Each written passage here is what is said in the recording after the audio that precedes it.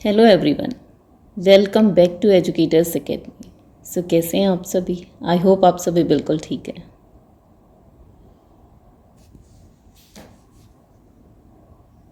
सो मैं आपको बताना चाहूँगी my channel is dedicated to all teaching exam, फिर चाहे वो सीटेट हो, एचटेट हो, आरटेट हो, किसी भी स्टेट का स्क्रीनिंग एग्ज़ाम हो, केवीएस हो, DSSP हो, या फिर कोई भी ऐसा कॉम्पिटिटिव एग्ज़ाम जहाँ पर इंग्लिश, हिंदी, जीके, जीएस आती हो। सो देखिए, लास्ट वीडियो में हमने हिंदी का शब्द किया था। अगर किसी ने ना देखा हो तो आप जाके चेकआउट कर सकते हो। आज हम इंग्लिश की अपनी सीरीज़ में जो हमने फिगर ऑफ स्पीच किया था उसी से रिलेटेड हम MCQs कर रहे हैं आज के टॉपिक में, सो दैट आपके जो फिगर ऑफ स्पीच हैं वो रिवाइज हो पाएँ और आप देख पाओ कि आप कितने क्वेश्चन सही कर पा रहे हो। क्योंकि आप देख ही रहे हो कि आजकल एग्ज़ाम्स का दौर शुरू होने वाला है, जैसे कि DSSB का भी फॉर्म निकलने वाले हैं, या फिर आपके रीट के, और जो भी हरियाणा की स्क्रीनिंग का भी कुछ पता नहीं है कब फॉर्म निकल जाए। तो इस तरह से आप अपनी तैयारी को और थोड़ा अच्छा रूप दे सकते हैं। सो आज के सेशन को शुरू करते हैं। MCQs करते हैं आज फिगर ऑफ स्पीच के। जैसा कि जिसने भी फिगर ऑफ स्पीच टॉपिक नहीं देखा है तो आप चैनल पे जाके विजिट कर सकते हैं। फिगर ऑफ स्पीच के 3 वीडियोस अपलोड कर चुकी हूँ मैं, तो आपके सारे फिगर ऑफ स्पीच वहाँ पे कंप्लीट हो जाएंगे। फिर भी कोई डाउट है तो you can ask, you can comment, और इस वीडियो के नीचे मैं उसका लिंक दे दूँगी। देखिए, फिर से एक बार हल्का सा रिवाइज कराती हूँ कि फिगर ऑफ स्पीच क्या होता है। A figure of speech is a poetic device which is used in a language to produce a greater effect on the readers और listeners mind. Figure of speech क्या होता है? फिगर ऑफ स्पीच जो होता है एक इस तरह का पोएटिक डिवाइस है जो यूज़ किया जाता है लैंग्वेज में एक ग्रेटर इफेक्ट लाने के लिए रीडर्स के माइंड पे, लिसनर्स के माइंड पे, ठीक है ना। जिससे क्या है, जो भी राइटिंग है, जो भी पोएम्स हैं या जो भी रिटन पोर्शन है वो और ज़्यादा इम्प्रेसिव बन सके और सुनने वालों के दिमाग पे, पढ़ने वालों के दिमाग पे एक बहुत अच्छा इफेक्ट आ पाए, ठीक है। ये होते हैं, और जिन्हें हिंदी में आप अलंकार के नाम से जानते हैं। जिन्हें हिंदी में आप किस नाम से जानते हैं? अलंकार के नाम से जानते हैं। तो these are same in English, और हम क्या कहते हैं उनको? फिगर ऑफ स्पीच, ठीक है। फिगर ऑफ स्पीच में हमने बहुत सारे देखे, जैसे कि आप हिंदी में बहुत सारे अलंकार देखते हो, ठीक है ना। सेम उसी तरह इंग्लिश के ये अलंकार हैं जिन्हें हम फिगर ऑफ स्पीच के नाम से जानते हैं। तो इसमें होता है सिमिली, मेटाफर, पर्सोनिफिकेशन, एलिट्रेशन, ठीक है, मेटोनमी और apostrophe, personification, oxymoron, onomatopoeia, hyperbole, ये इस तरह के नाम हैं जो आप देखोगे अभी जब हम MCQs करेंगे तो आपको पता चल पाएगा कि किस तरह से कौन से एग्जाम्पल में किस वजह से हमने उसको चूज़ किया है, ठीक है। तो देर ना करके हम करते हैं आज की क्लास को, आज के सेशन को स्टार्ट। और ये ध्यान रखिए, ये जो MCQs हैं ये बहुत बहुत इंपॉर्टेंट हैं आपके एग्जाम पॉइंट ऑफ व्यू से। तो वीडियो को स्टॉप कीजिए, 1 मिनट के लिए पॉज कीजिए और अपने जो है इनको MCQs को सॉल्व करने की कोशिश कीजिए। और देखिए, इसमें टिक मार्क कर रखा है बिकॉज ये मेरी ही बुक्स हैं, तो इस चीज़ को कमेंट ना करें। बट हाँ, ये क्वेश्चन बहुत इंपॉर्टेंट है आपके एग्जाम पॉइंट ऑफ व्यू से। देखिए, the first example is flood of tears flowed down her cheeks.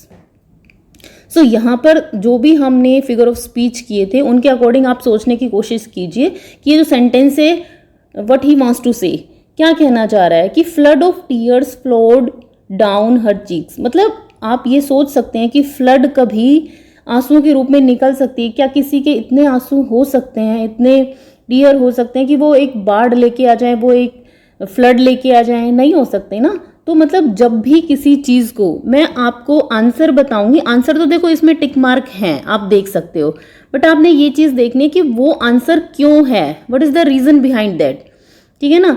तो ये चीज़ आपने समझनी है यहाँ पे, और यही मेरा मोटो है कि आप समझ पाएँ कि ये जो आंसर है ये क्यों है इसका आंसर, ठीक है ना। उसका पीछे का रीज़न आपको पता चल पाए, तभी आप चीज़ों को सोल्व कर पाएंगे। यहाँ पर जब भी किसी चीज़ को एक्स्ट्रा एक्सजरेट करके, मतलब उसको बोलते हैं ना हिंदी में जिसको अतिशयोक्ति, चीज़ को बहुत ही बढ़ा चढ़ा के कहना, उस चीज़ को इंग्लिश में हाइपरबोले फिगर ऑफ स्पीच के नाम से जानते हैं। तो इस सेंटेंस में, इस एग्जाम्पल में किसका कौन सा आंसर होगा?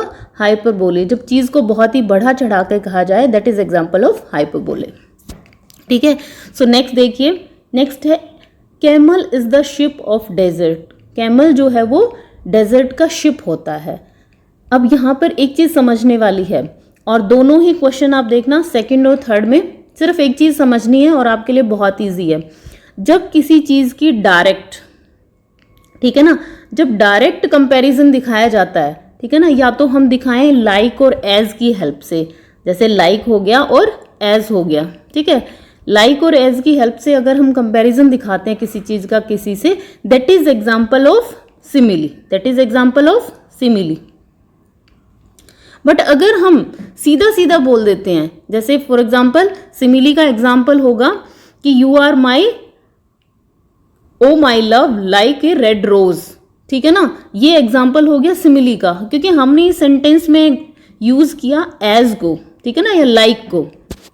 बट अगर हम डायरेक्ट ही बोल देते हैं, सीधा ही बोल देते हैं, जैसे कि एग्जाम्पल सेकंड में है, क्या है एग्जाम्पल सेकंड में, कि कैमल जो है वो डायरेक्ट हम बोल रहे हैं कि शिप का डेजर्ट है। हम ये नहीं कह रहे कि वो शिप के डेजर्ट, मतलब डेजर्ट के शिप जैसा है, हम कह रहे हैं कि वो डेजर्ट का शिप है, ऑलरेडी है, हम उसका कोई कंपैरिजन नहीं कर रहा किसी चीज़ से, हम सीधा ही उसे बोल रहे हैं। डायरेक्ट अगर स्टेटमेंट है कि camel is the ship of desert, that means सीधा सीधा बताया गया है कि कैमल जो है वो शिप है डेजर्ट का। बट अगर हम बोलते हैं कि कैमल इज लाइक, हम अगर यहाँ पे वर्ड यूज कर देते हैं लाइक, कि camel is like the ship of desert, so अब ये एग्जाम्पल है सिमिली का। अब ये किसका एग्जाम्पल है? ठीक है ना, अब ये किसका एग्जाम्पल है? सिमिली का। बट अगर हम सीधा कह देते हैं कि camel is the ship of desert, now it's example of metaphor. ठीक है ना, अब ये किसका एग्जाम्पल है? मेटाफर का। सो ध्यान रखिए, अगर चीज़ को डायरेक्ट सेंटेंस में डायरेक्ट बताया गया है कि ये चीज़ उसके जैसी है, ठीक है ना, like a red rose, like मतलब ब्यूटीफुल फ्लावर, मतलब किसी भी चीज़ का किसी से डायरेक्ट अगर बताया गया है कि तुम उसके जैसे हो, ठीक है ना, जैसे हम बोल देते हैं कई बार कि तुम्हारा जो फेस है वो मून के जैसा है, ठीक है, तो यहाँ पे ये एग्जाम्पल है सिमिली का। बट अगर हम बोलते हैं कि तुम्हारा तो जो मुख है वही मून है, ठीक है ना, हमने सीधा बोल दिया your face is like moon, कहने की बजाय हम कहते हैं योर फेस इज मून, ठीक है ना, तो that is example of metaphor. तो दोनों ही सेंटेंस में आपको यही चीज समझनी है कि अगर वर्ड मिल जाए लाइक या फिर वर्ड मिल जाए एज, तो ये एग्जाम्पल होगा सिमिली का, और अगर सीधा सीधा बताया गया, सीधी स्टेटमेंट है, that is example of metaphor. Okay, so I hope दोनों सेंटेंस आपको क्लियर है। नेक्स्ट देखिए, नेक्स्ट एमसीक्यूज है, opportunity knocks at the door but once. ये आपने बहुत बार अपने बड़ों से सुना होगा कि कोई भी जो मौका होता है वो एक बार, या कहते हैं ना किस्मत एक बार दस्तक देती है, सो that is like that type of example, कि किस्मत जो है एक बार दरवाजा खटखटाती है। तो यही बात यहाँ पे बोली गई कि अपॉर्चुनिटी जो है वो नॉक करती हैं डोर को बट एक बार, so that is example of personification. अब आप कहोगे कि मतलब ये पर्सोनिफिकेशन का एग्जाम्पल कैसे है, आपको मैं बताती हूँ समझने के लिए। पर्सोनिफिकेशन इस तरह का फिगर ऑफ स्पीच है जिसमें आपको जो इनएनिमेट ऑब्जेक्ट्स हैं, मतलब जिनको ये लगता है कि वो इंसान नहीं है, वो लिविंग थिंग नहीं है, बट उन्हें आप लिविंग थिंग्स की तरह, ह्यूमंस की तरह दिखाएंगे, ह्यूमन की तरह दिखाएंगे, तो वो मतलब रूप होता है किसका? पर्सोनिफिकेशन का। ठीक है, जब आप इन ह्यूमन एक्टिविटीज़ को ह्यूमन एक्टिविटीज़ के रूप में दिखाते हैं, देखो अपॉर्चुनिटी कोई इंसान तो नहीं है, बट फिर भी क्या कहा गया है कि वो दरवाज़ा खटखटाती है। अब दरवाज़ा तो कोई इंसान ही खटखटाएगा ना, सो यहाँ पर अपॉर्चुनिटी को एक लिविंग थिंग के रूप में दिखाया गया है, ह्यूमन के रूप में दिखाया गया है, ह्यूमन एक्टिविटीज़ के रूप में दिखाया गया है। सो जब इस तरह का एग्जाम्पल होता है, इस तरह का सेंटेंस होता है, तो that is example of personification. ठीक है ना, इस तरह की मानवीय एक्टिविटीज़ दिखाई जाएं, ठीक है ना। खटखटाना किसका काम होता है? ह्यूमन कर सकते हैं, बट यहाँ पर अपॉर्चुनिटी के लिए कहा गया है, तो that is example of personification. Next देखिए, death lays his icy hand on kings. अब कितने अच्छे से, मतलब आपको देखो भाषा को कितना अच्छे से निखार के पेश किया गया है कि डेथ जो है वो लेज करती है, लेट जाती है, हिज आइसी हैंड, अपने आइसी हैंड के साथ, ऑन किंग्स मतलब किंग्स के ऊपर, मतलब सीधे सीधे ये कहने की बजाय कि किंग जो है उसकी डेथ हो गई, चीज़ को कितना घुमा फिरा के कितने अच्छे से पेश किया गया है कि डेथ जो है वो ले करती है अपने आइसी हैंड किंग्स के ऊपर, that means king is dead. तो this is also example of personification, जब मानवीय एक्टिविटीज को दिखाया जाता है, ठीक है ना, तो that is example of personification, that is also example of personification. So next है, देखिए, आई होप ये क्लियर है आपको। 6 है the murmurous haunt of flies on summer eve. ये जो मर्मरस हॉन्ट है फ्लाइज की on summer eve, so this is example of onomatopoeia. देखो एक चीज मैं आपको यहाँ पे बताती चलती हूँ, हर क्वेश्चन में मैं उसका आंसर आपको दूंगी और ध्यान से सुनिए। जब भी किसी सेंटेंस में कोई वॉइस निकाली जाती है कि जैसे डॉग का बार्क, कैट की म्यो, ठीक है ना, इस तरह के अगर सेंटेंस आपको मिलते हैं, जब आपको ये पता चले कि कोई जो है वो आवाज निकल के आ रही है, ठीक है ना, कोई इस तरह की आवाज निकल के आ रही है जिससे ये पता चलता है कि बहुत ही साउंड आ रही है, तो साउंड मेनली आपने ये शब्द ध्यान रखना है कि अगर कोई साउंड आपको पता चलती है ना, तो that is example of onomatopoeia. Onomatopoeia में क्या होता है कि आपको एक साउंड निकल के आपके सामने आती है, तो that is example of onomatopoeia. तो यहाँ पे किसकी साउंड आ रही है? यहाँ पे साउंड आ रही है आपको जो फ्लाइज हैं।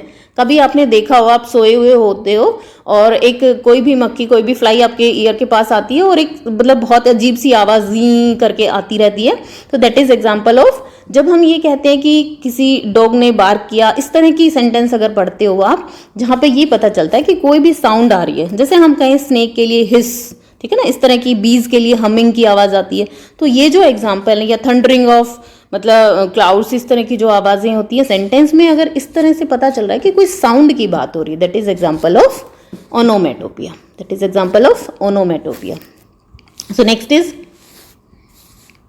एग्जाम्पल है Milton, you shouldst be living at this hour. देखो जब भी आपको सेंटेंस में ये मार्क दिखता है, that is example of apostrophe, ये सभी जानते होंगे आप। तो यहाँ पे मिल्टन जो पोइट है उनको अपोस्ट्रोफी का यूज करके यहाँ पे उनको संबोधित करके कहा गया है कि Milton you shouldst be living at this hour. Apostrophe का जब यूज हो जाता है, दैट इज कौन से फिगर ऑफ स्पीच का यूज हुआ है? अपोस्ट्रोफी फिगर ऑफ स्पीच का यूज हुआ है, ठीक है। तो ये आप ध्यान रखेंगे जब भी आपको किसी चीज को मतलब प्रोनाउंस किया जाए, एड्रेस किया जाए, ठीक है ना, जब डायरेक्ट एड्रेस किया जाए टू अ पर्सन और a thing, that is example of, किसका एग्जाम्पल होता है वो? अपोस्ट्रोफी का, ठीक है। नेक्स्ट है आपका how high his honour hold his haughty head. देखो ये आप सभी बहुत इजी से गेस कर सकते हो, जब यहाँ पे भी एच की साउंड है, यहाँ पे भी एच की साउंड है, यहाँ पे भी, ठीक है ना, लगभग पूरे सेंटेंस में एच की साउंड बार बार रिपीट हो रही है। तो अगर कोई अल्फाबेटिक जो है बार बार रिपीट हो रहा है, तो that is example of alliteration. आप समझ पाएंगे कि अनुप्रास जो अलंकार होता था दैट इज अलिट्रेशन, ठीक है ना, इंग्लिश में उसे एलिट्रेशन कहते हैं, जब बार बार एक ही अल्फाबेट का जो है बार बार रिपीट हो रहा है वो, ठीक है ना, तो that is example of alliteration. Next है, तो इसका हो गया एलिट्रेशन, ठीक है ना, जब एक ही जगह, जैसे यहाँ पे एच जो साउंड है उसका बार बार यूज हो रहा है, ठीक है ना, how, high, his, honour, hold, सभी में एच आ रहा है, तो बार बार अगर एक अल्फाबेट से स्टार्ट हो रहे हैं जो है वर्ड्स, तो that is example of alliteration, ठीक है ना, भाषा को इस तरह से सजाया गया है। नेक्स्ट देखिए, yes Brutus says he was an ambitious. Next देखिए, एक second, yes Brutus says he was ambitious and Brutus is an honourable man. देखो यहाँ पे ये किसी की स्टेटमेंट है, ठीक है ना, किसी ने स्टेटमेंट किया है और that is example of irony. अब आपको मैं ये बताऊंगी कि देखो आयरनी किसको बोलते हैं, जैसे बोलते हैं ना विडंबना, बहुत ही विडंबना है कि ऐसा होना नहीं चाहिए था बट फिर भी ऐसा हो गया, या मैं ये कहूँ कि कोई इंसान है वो इस चीज़ के लायक नहीं था बट फिर भी उसको ये सब सडनली मिल गया। इस तरह के एग्जाम्पल जब होते हैं तब हम इसका यूज करते हैं। देखो क्या कह रहा है कि yet Brutus says he was ambitious, कि हाँ यद्यपि जो ब्रूटस था वो बहुत ही एम्बिशियस था, ठीक है ना, बहुत ही महत्वाकांक्षी था, and Brutus is an honourable man, यहाँ पे ऑनरेबल जो मैन जो है ये उसके लिए हम नहीं यूज कर सकते, ठीक है ना, बट फिर भी उनके लिए ऑनरेबल शब्द यूज हुआ है। इसी चीज को दिखाने के लिए हम कौन से फिगर ऑफ स्पीच का यहाँ पे पोएट ने यूज किया है, यहाँ पर है आयरनी। देखो जब कोई इंसान होता नहीं है उतना अच्छा बट उसको दिखाया जाए उतना अच्छा, तो मतलब ये ऑपोजिट चीज हो गई ना, दैट इज ऑपोजिट थिंग। तो उस चीज को दिखाने के लिए हम यहाँ पर कौन से फिगर ऑफ स्पीच का यूज किया है, आयरनी। कि जो ब्रूटस था वो एक राजा था, वो बहुत ही एम्बिशियस था, बट वो उसने एक कॉन्स्पिरेसी रची थी उस जूलियस सीजर जो राजा था उसको हटाने के लिए, उसको सक्सीड करने के लिए बहुत ही मतलब एक साजिश उसने रची थी। तो वो इंसान ऑनरेबल नहीं हो सकता, ठीक है ना, वो ऑनरेबल नहीं है बट उसको यहाँ पे ऑनरेबल दिखाया गया है, ठीक है। तो that is example of irony, ठीक है। आई होप आपको समझ आ रहा होगा। नेक्स्ट देखिए, नेक्स्ट है is life worth living that depends upon the liver. अब देखिए ये एग्जाम्पल है कौन से फिगर ऑफ स्पीच का, पन। बट वाई इट इज पन, वाई पन इज आंसर। यहाँ पे देखो पन जो फिगर ऑफ स्पीच होता है उसका मतलब होता है जब सेंटेंस में दो मीनिंग, दो डिफरेंट मीनिंग सेम टाइम पे सेम वर्ड से निकल के आते हैं, दैट इज एग्जाम्पल ऑफ पन। तो यहाँ पे देखो कि ये जो कहा गया है कि इज लाइफ वर्थ लिविंग, क्या जो लाइफ है वो वर्थ है living, that depends upon the liver. सीधा सीधा देखो लाइफ जो है वो किसी ना किसी तरह से हमारे बॉडी ऑर्गन है, लीवर क्या है, एक हमारा बॉडी ऑर्गन है, तो हमारी जो लाइफ है वो कहीं ना कहीं उस लीवर पे डिपेंड करती है, ठीक है। दूसरा इस चीज का दो मीनिंग, एक तो हमारा जो ऑर्गन है, ठीक है ना, ये आंसर हो सकता है। दूसरा कहते हैं कि लाइफ जो है, लीवर कौन होता है, ठीक है ना। ये देखिए अगर हम इसको देखते हैं लिव, ठीक है ना, तो अर का मतलब जो भी इंसान है और लिव मतलब जो जिंदा है। तो कहने का मतलब ये इस सेंस में भी लिया जा सकता है कि जो जिंदा है और ऑर्गन एक लीवर जो है वो एक हमारा बॉडी ऑर्गन भी है। तो जब एक ही समय पे एक वर्ड के, ठीक है ना, दो मीनिंग निकल के आते, दैट इज एग्जाम्पल ऑफ पन, ठीक है। तो हेयर फिगर ऑफ स्पीच का यूज हुआ है, ठीक है ना, कौन से का, पन का। नेक्स्ट है आपका the pen is mightier than the sword. यहाँ पे देखो जब किसी चीज को किसी से ज्यादा पावरफुल दिखाने के लिए हम जिस फिगर ऑफ स्पीच का यूज करते हैं दैट इज मेटोनमी, ठीक है ना। मेटोनमी में क्या करते हैं हम, चीजों को मतलब कहने का मतलब अगर इन शॉर्ट में मैं बोलूं तो अगर हम चीजों को समझदारी से अगर बोलने की कोशिश करते हैं, जैसे मैं एक एग्जांपल यूज करूं कि ही सक्सीडेड टू द क्राउन, तो मेरा मतलब क्या है, मेरा मतलब है कि उसने जो है सीधे सीधे नहीं बोल रही कि उसने राजा को हरा दिया, मैं यूज कर रही हूँ कि ही सक्सीडेड टू द क्राउन, उसने क्राउन को सक्सीड कर लिया, ठीक है ना, उसने मतलब किंग को ही सक्सीड कर लिया, उस किंग को मार दिया और खुद राजा बन गया। सो इस तरह की जब हम चीज को समझदारी से बोल देते हैं दैट इज एग्जाम्पल ऑफ, हम यहाँ पे जो पेन है उसको ज्यादा माइटियर, उसको ज्यादा ताकत वाला दिखा रहे हैं बजाय के स्वॉर्ड के, ठीक है ना। तलवार को हम कम दिखा रहे हैं बट पेन को हम, वो कहते हैं ना जहां ना पहुंचे रवि वहां पहुंचे कवि, वो वाली बात है। सो that is example of metonymy, जब हम चीजों को समझदारी से बोलने की कोशिश करते हैं, ठीक है ना, जब उसका लिटरली जो मीनिंग होता है उससे कहीं ज्यादा उसको हम दिखाने की कोशिश करते हैं, ठीक है, that is example of metonymy, substitute कर देते हैं उसको। सो नेक्स्ट देखिए,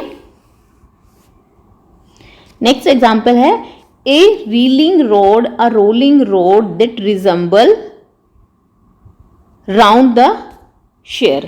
तो this is example of alliteration. आप देख पा रहे होंगे यहाँ पे आर शब्द यूज हुआ, यहाँ पे भी अगेन आर हो रहा है, यहाँ पे भी आर हो रहा है, यहाँ पे भी आर हो रहा है। सो ये जो सारे शब्द हैं वो, ये जो सारे वर्ड्स हैं वो आर से स्टार्ट हो रहे हैं, ठीक है ना। तो इस तरह जब सेम अल्फाबेट बार बार रिपीट होता है that is example of alliteration, ठीक है। ये हम पहले भी कर चुके हैं तो इसमें आई थिंक कोई दिक्कत नहीं होगी आपको। So this is example of alliteration. Next देखिए, the ploughman homeward plods his weary way. अब यहाँ पे जो है ये एग्जाम्पल है फिगर ऑफ स्पीच कौन से का, ट्रांसफर्ड एपिथेट का। अब क्यों है ट्रांसफर्ड एपिथेट का, ट्रांसफर्ड एपिथेट का मीनिंग क्या होता है, एक जब ऐसा जो है एडवर्ब जो है एडजेक्टिव, सॉरी, किसी भी एडजेक्टिव को मतलब हम उसके प्लेस से ट्रांसफर करके किसी दूसरे पर ले आते हैं, दैट मीन्स देखो सेंटेंस को समझने की कोशिश करना। द पॉइंट वांट्स टू से कि जो प्लोमैन है होमवर्ड्स प्लोड हिज वियरी वे, प्लोमैन जो है वो थक सकता है, बट यहाँ पर किसको थका हुआ दिखाया गया, वियरी वे, मतलब रास्ते को थका हुआ दिखाया जा रहा है, ठीक है ना। जो प्लोमैन जो है वो थक सकता है बट रास्ते नहीं थक सकते। बट हम किस लिए कह रहे हैं, हम रास्तों को मतलब ग्लोरीफाई करने के लिए, किसी चीज को होना किसी और को चाहिए बट उसका बर्डन, उसका इफेक्ट जो है हम किसी दूसरी चीज पे दिखाते हैं। तो ये एग्जाम्पल होता है, देखो ना नाम से ही पता चल रहा है, ट्रांसफर, मतलब चीजें जो हैं, जो ऑब्जेक्ट जो है उस एक ऑब्जेक्ट से दूसरे ऑब्जेक्ट पर चीजें ट्रांसफर कर दी जा रही है, ठीक है ना, स्पेशल इफेक्ट दिखाने के लिए, ग्लोरीफाई करने के लिए चीजों को, that is example of transferred epithet, ठीक है। सो नेक्स्ट है, देखिए नेक्स्ट हमारा एमसीक्यू है, to err is human to forgive divine. गलती करना किसका काम होता है, इंसान का काम होता है, और माफ करना किसका काम होता है, भगवान का काम होता है। तो जब इस तरह की ऑपोजिट चीजें आपको नजर आए, ठीक है ना, किस तरह की ऑपोजिट चीजें, जब आपको इस तरह की ऑपोजिट चीजें निकल के आए जिसमें कंट्रास्ट आइडिया हो, कौन से आइडिया हो, कंट्रास्टेड आइडियाज हों या कंट्रास्टेड वर्ड्स हों, और उनको हम एक दूसरे के अगेंस्ट साबित करें, एक बैलेंस सेंटेंस बनाएं, ठीक है ना। किस लिए, हम सिर्फ एम्फेसिस क्रिएट करने के, ठीक है, किस लिए हम कर रहे हैं इसको, कोई भी एम्फेसिस क्रिएट करने के लिए कॉन्ट्रास्ट आइडियाज हैं उनको साथ में रख रहे हैं, ठीक है ना, सिर्फ ये दिखाने के लिए। यहाँ पे हम ये बता रहे हैं कि जो गलती करना है वो किसका काम है, वो ह्यूमन का काम है, बट माफ करना किसका काम है, दैवीय, मतलब भगवान का काम है, ठीक है। तो दोनों में एक ऑपोजिट चीजें दिखा रहे हैं, तो that is example of antithesis, ठीक है। नेक्स्ट आपका है, ही पास्ड ए स्लीपलेस नाइट। अभी अभी हमने किया ट्रांसफर्ड एपिथेट, जब जो है क्वालिटी जो है वो किसी एक ऑब्जेक्ट से दूसरे ऑब्जेक्ट पे पास कर दी जाए, ठीक है ना।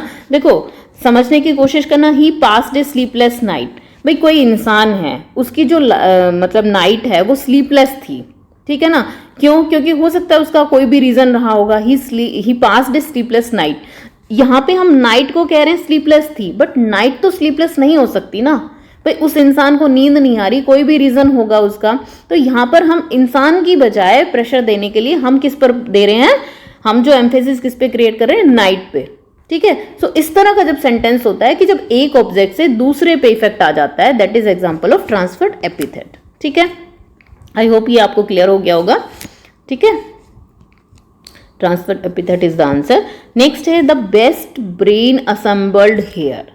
देखो किसी चीज को, ये समझने की चीज है, यहाँ पे दो एग्जाम्पल हैं साथ साथ। The best brain assembled here, यहाँ पर चीज को आपको ये बताने के लिए कि जो बेस्ट ब्रेन है वो यहाँ पे असेंबल होता है ना, किसी चीज की एक पहचान बना दी जाती है कि यहाँ पे मतलब ये चीज जो है उसको डिनोट कर रही है, ठीक है ना। जैसे न्याय को किससे, जज से डिनोट करते हैं। इसी तरह से मैं कहूँ कि जो व्हाइट हाउस है, ठीक है ना, व्हाइट हाउस है अमेरिका का, यूएसए का जो व्हाइट हाउस है, ये किसको डिनोट करता है, जो यूएसए का जो एडमिनिस्ट्रेशन है, जो प्रेसिडेंट है, ठीक है ना, जो प्रेसिडेंट हुआ और उसका जो एडमिनिस्ट्रेशन है उसको किससे नोट करते हैं हम, व्हाइट हाउस से। किससे नोट करते हैं, व्हाइट हाउस से, ठीक है। या फिर यूएसए की जो मतलब एक टैग सा जो बन जाता है, these are the example of synecdoche, ठीक है। आई होप आप समझे होंगे। एक एग्जाम्पल और देखती हूं मैं,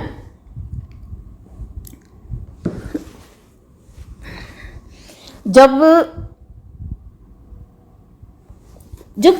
देखो, जो जैसे मान लो एक एग्जांपल और लेते हैं कि अमेरिका की जो यूएसए की जो एक टेक्नोलॉजी इंडस्ट्री है उसको हम डिनोट करते हैं सिलिकॉन वैली से, ठीक है ना। हम किससे नोट करते हैं, सिलिकॉन वैली। तो जब किसी चीज को टैग बना दिया जाता है, जैसे न्याय के लिए जज को, या फिर मतलब कानून के लिए पुलिस को, इस तरह के जो सेंटेंस होते हैं, जब यहाँ पे हमें पता चल जाता है कि हाँ ये किस चीज को डिनोट कर रहा है, तो that is example of synecdoche. Next example भी इसी तरह का है, मतलब एक फ्रेज को एक वर्ड में बोल देना, एक वर्ड को एक फ्रेज के रूप में दिखा देना, कहने का मतलब, ठीक है ना, होल के रूप में। जैसे हम ये कहें कि he was a maid of 14 summers, कि वो एक मेड है 14 समर्स की, मतलब 14 ईयर्स हैं, मतलब उस बंदे ने या उस लड़की ने 14 ईयर्स देख लिए हैं अपनी उम्र के, ठीक है ना। तो इस चीज को हम एक सेंटेंस का ग्रुप दें तो हम कहेंगे she was a maid of 14 summer. इसी तरह से नेक्स्ट एग्जाम्पल है, देखिए नेक्स्ट एग्जाम्पल भी सेम ही है, I have many mouths to feed. कोई सेंटेंस है कि मेरे पास बहुत सारे मुंह हैं भरने के लिए, फीड करने के लिए, मतलब खिलाने के लिए, तो यहाँ पे क्या कह रहा है, एक बड़े परिवार को, ठीक है ना, आप मतलब इजीली आप समझोगे तो आपको पता चल जाए, एक मतलब बिग फैमिली को डिनोट करने के लिए, ठीक है ना, एक बड़े से किसी को बहुत ज़्यादा मतलब एक तरह से इकट्ठा करना है अपने परिवार के लिए। सो इस तरह के सेंटेंस के लिए I have many mouth to feed, मेरे पास बहुत सारे मुंह हैं, ठीक है ना, खिलाने के लिए, तो that is also example of synecdoche. जब आप लाइन को पढ़ें, वर्ड को, फ्रेज को पढ़ें और आपको क्लियर हो जाए कि हाँ ये इस चीज़ के लिए बात हो रही है यहाँ पे, so that is example of synecdoche, ठीक है ना, कि जब एक जो पार्ट होता है, होल फॉर ए पार्ट और ए पार्ट फॉर ए होल, इस तरह की मतलब सेंटेंस के लिए हम यूज करते हैं सिनेक्डिटी का।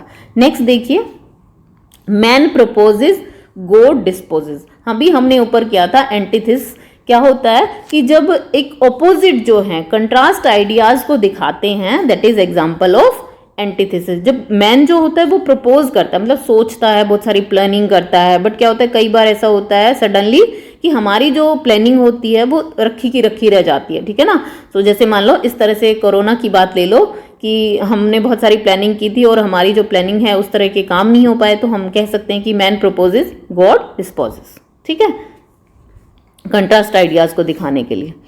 सो नेक्स्ट देखिए, o death where is the sting. देखो यहाँ पे फिर मैंने जो आपको बताई थी एक पहचान जो है, जब अपोस्ट्रोफी आपको मिल जाता है, that is example of apostrophe, figure of speech का ही यूज हुआ होता है कि जब आपको जो काम है, मतलब ऐसे ह्यूमन वाले जो वर्क दिखे कि एक आपको संबोधन मिले, ठीक है ना, आपको एड्रेस किया जाए। देखो डेथ जो है वो कोई इंसान नहीं हो सकती, ठीक है ना, बट फिर भी उसे एड्रेस किया गया है यहाँ पे, o death where is the sting, तो यहाँ पे this is the example of apostrophe. Last but not the least, life is tale told by an idiot. हमने स्टार्टिंग में जो फिगर ऑफ स्पीच किया था, that is also figure of speech कौन सा था, मेटाफर था। ये फिर से लास्ट में वही आ गया है कि जो लाइफ जो है वो एक टेल है, told by an idiot. Life जो है वो एक कहानी है, ठीक है ना, जो इडियट के थ्रू बताई गई है। तो मतलब हम डायरेक्ट ही उस चीज को कह रहे हैं, ना ही यहाँ पे लाइक का यूज हुआ है, ना ही यहाँ पे एज का यूज हुआ है। तो दिस इज विदाउट लाइक और विदाउट एज, जब यूज डायरेक्ट हम बात को, सेंटेंस को या फ्रेज में अपनी बात को कह देते हैं, तो that is example of metaphor, ठीक है ना। यहाँ पर लाइफ को किससे कंपेयर किया गया, लाइफ को टेल बताया गया, ठीक है ना, लाइफ इज इक्वल है टेल। लाइफ क्या है, एक टेल है, और बिना हमने, ना तो हमने यहाँ पे लाइक का यूज किया, ना ही हमने एज का यूज किया, हमने सीधा ही लाइफ को क्या कह दिया, टेल कह दिया, ठीक है ना। तो डायरेक्ट ही हमने अपनी बात में लाइफ इज क्या है, टेल है, तो ये क्या हो गया, मेटाफर का एग्जाम्पल हो गया।